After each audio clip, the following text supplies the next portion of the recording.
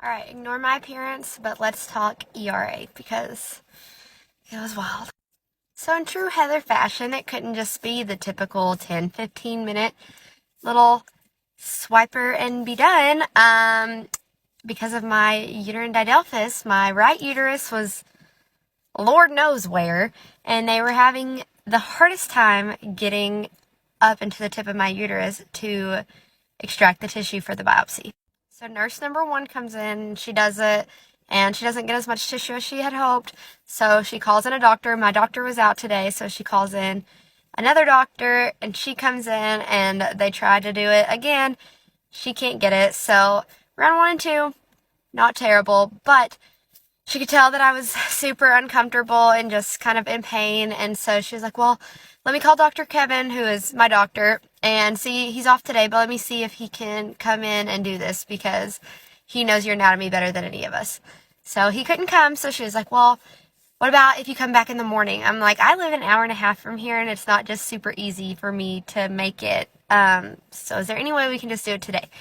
So she goes away for like another 10-20 minutes and finally comes back in, and she's like, okay, we're just gonna do this, let's go.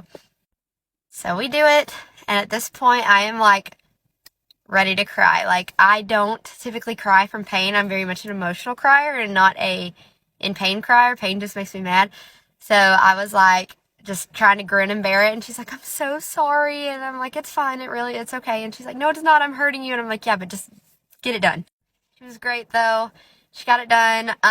They did reschedule my one for next Friday to next Thursday because my doctor is going to be there, and they were like, yeah, we want him to do it because he seems to kind of get you better than the rest of us. So it wasn't as bad as my hysteroscopy, but the hysteroscopy pain was like a 10 out of 10. This was like an 8 out of 10. And the first 2 attempts were not that bad, but the third attempt is what really got me.